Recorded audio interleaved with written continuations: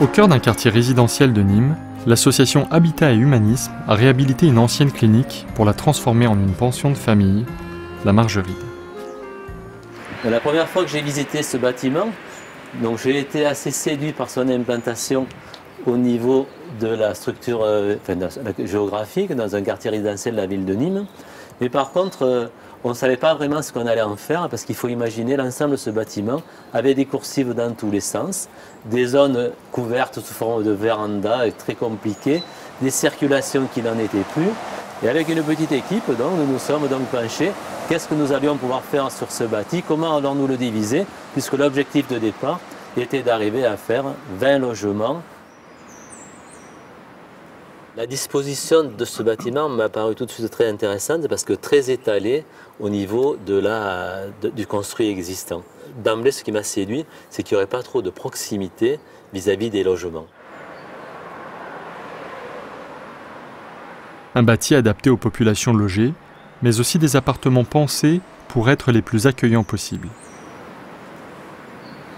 Là, nous entrons dans un logement qui est un T1 bis. Tous les logements sont équipés. Le budget d'équipement d'une maison relais est très important, puisque nous avons dépensé environ 60 000 € pour équiper l'ensemble des logements. Ça va de la petite cuillère au lit, à la literie, à tout ce dont on peut avoir besoin pour vivre en autonomie totale dans un logement. Après avoir vécu une expulsion locative, M. Haribi est parmi les premiers résidents à avoir emménagé à la Margeride. La première fois que je suis arrivé ici, je me suis senti chez moi. J'ai ressenti, j'étais chez moi. J'ai ressenti une identité, tout retrouvé. Bon, mon appartement en fait 30 mètres carrés, avec un WC séparé, avec un petit hall, un WC séparé, une cuisine discrète et une grande chambre avec une salle d'eau séparée, avec 2 fenêtres, vue sur un jardin. Mais c'est quand même un quartier bourge. La route de l'Est, sur Nîmes, c'est répété comme un quartier bourge. Castanet, route de l'Est et tout. Quand je vous dis, moi j'ai des amis là, qui habitent en bas, qui habitent juste en bas, quand je lui ai dit que j'habitais là, on m'a dit qu'il y a les moyens. Non, puis il faut voir, bon, maintenant, puisqu'on est là, hein, il faut voir aussi, bon, après vous regarderez, l'appartement, c'est tout neuf. Je traverse la rue, à 50 mètres, j'ai le bus. Alors vous vous rendez compte, les facilités pour un handicapé? Allez, au revoir. Oui.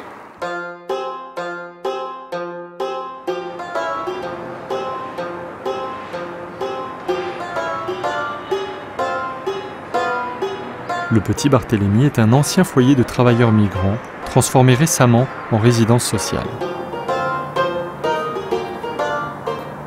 Nous sommes sur la résidence du Petit Barthélemy qui a fait l'objet d'un projet d'adaptation au vieillissement. C'est une résidence qui date des années 70 et qui loge 315 personnes. Elle a fait l'objet de ce projet d'adaptation au vieillissement parce que nous avions ici 60% de résidents âgés de plus de 60 ans avec des problématiques de perte d'autonomie et des problèmes de santé assez importants. Le logement n'étant pas adapté au niveau, je dirais, de l'intérieur des logements, des parties communes et de l'accessibilité générale du bâtiment, nous avons réfléchi à un ensemble d'améliorations.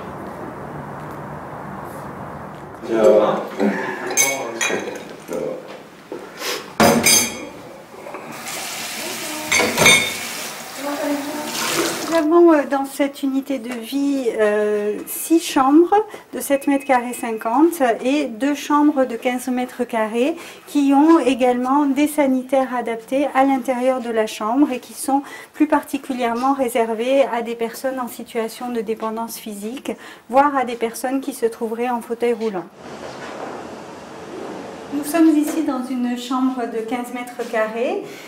Donc cette chambre, elle propose un mobilier plus adapté, en tout cas qui permet un rangement assez important, puisque au niveau des résidents, c'est vrai qu'ils ont souvent aussi beaucoup d'objets, beaucoup de choses qu'ils gardent pour pouvoir les ramener ensuite au pays. Donc là, ça leur permet de ranger pas mal d'affaires. Donc on a également la place réservée pour la télé et puis un emplacement qui permet l'installation d'un lit médicalisé, donc qui prend souvent pas mal de place, avec les installations électriques qui sont à proximité et le chevet également. Nous avons dans cette chambre de 15 mètres carrés des sanitaires qui sont totalement adaptés, donc avec les WC et douche à l'italienne.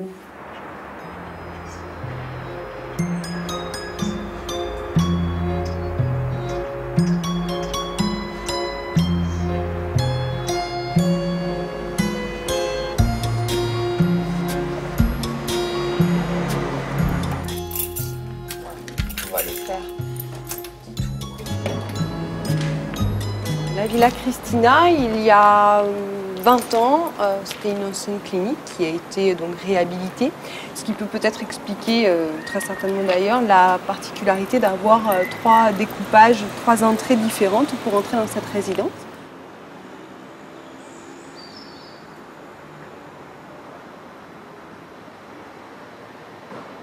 La sécurisation de la résidence, c'est quelque chose qui a été fait très récemment par le propriétaire de la résidence, le FSHM de Cannes. C'était une volonté de notre part de refermer cette résidence correctement, de par la proximité de la route, de l'accueil de nuit, de beaucoup de passages, et puis aussi la présence d'enfants dans la résidence qui permet d'avoir quand même un sas, un petit peu de sécurité pour les familles, tout simplement. Alors, la salle polyvalente de la résidence. Voilà. Alors, la salle polyvalente qui a été réhabilitée il y a 1 an maintenant. Donc, anciennement, ici, c'était un logement. C'est une résidence qui accueille des enfants, beaucoup d'enfants et des parents. Et donc, on s'est dit, pourquoi pas utiliser ça pour justement mettre en place toutes nos actions collectives.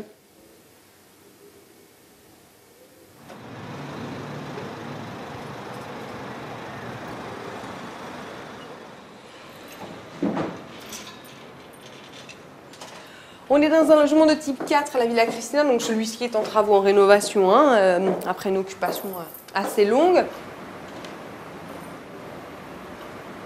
Alors au moment de la transformation de ces immenses pièces de cette ancienne clinique, le choix de la mezzanine, je pense, c'est trouvé le plus adapté en fait, afin de permettre d'augmenter la capacité d'accueil dans ces grands espaces.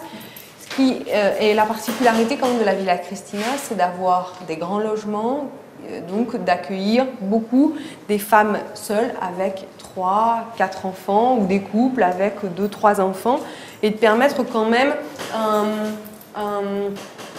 d'avoir un coin de nuit. On est quand même sur Cannes, les seuls à pouvoir proposer des logements de cette surface et donc d'accueillir des familles assez importantes au niveau du nombre d'enfants.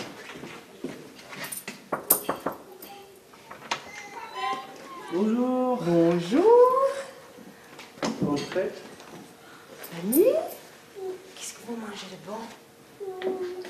Alors là-haut, c'est nos 2 chambres. Moi et les enfants, nous et les enfants, moi et ma femme et les enfants. Là, c'est notre chambre, moi et ma femme, et le petit bébé. C'est un bébé de 6 mois. Alors là, c'est la chambre des enfants. Comme vous voyez, il y a 2 grands lits. Celui-ci, c'est celui de ma fille, Savannah, et l'autre, c'est celui de Adam. Le plus grand inconvénient, c'est l'intimité, en fait. C'est juste par rapport à ça. On va dire que, surtout, moi et leur mère, on n'est pas vraiment libres, surtout par rapport à ça. Voilà. On commence à 1h30 ou... 1h30. Faut que je donne... Non mais ça va,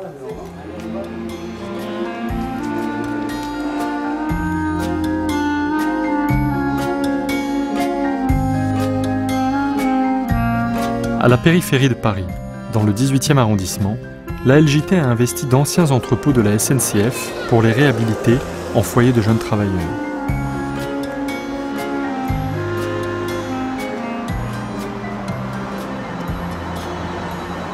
C'est bon? Bonjour. Bonjour. La particularité de ce bâtiment, c'est qu'effectivement il est étroit, comme vous le voyez là. Il est tout en longueur et on s'est retrouvé avec des volumes sous plafond assez importants. Et avec l'architecte Didier Drumont, on a donc eu l'idée de récupérer ce volume pour installer une mezzanine et faire sur cette mezzanine une partie des locaux administratifs qui permet à l'équipe de pouvoir fonctionner.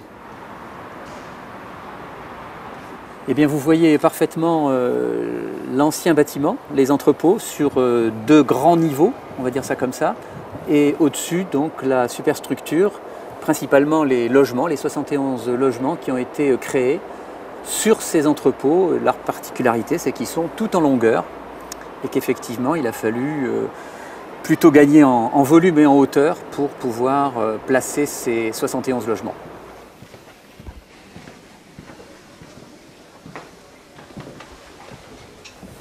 Où sommes-nous là? Eh bien, vous êtes donc dans un logement de 18 mètres carrés. La particularité, c'est que l'espace est petit. Il faut donc l'occuper au maximum. La particularité de la LJT, c'est effectivement de tirer le meilleur parti d'un espace relativement petit et contraint. Et nous, ce que nous essayons de faire, c'est de dessiner nous-mêmes ce mobilier. Autre chose, le range-valise. Alors ça, c'est une particularité à LJT qui a d'ailleurs été beaucoup reprise aujourd'hui, ça nous fait d'ailleurs très plaisir. On a un peu l'impression d'être, je sais pas, dans une cabine de bateau.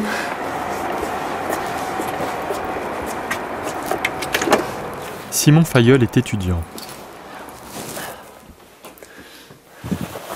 Arrivé à Paris, il a été surpris de découvrir la qualité des logements en foyer de jeunes travailleurs.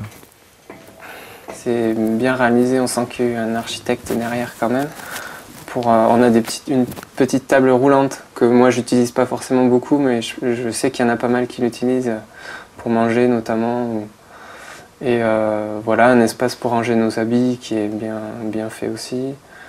Et donc voilà, les rangements je les trouve pas mal. Aussi sur la mezzanine qui sont sympas et bien aménagés.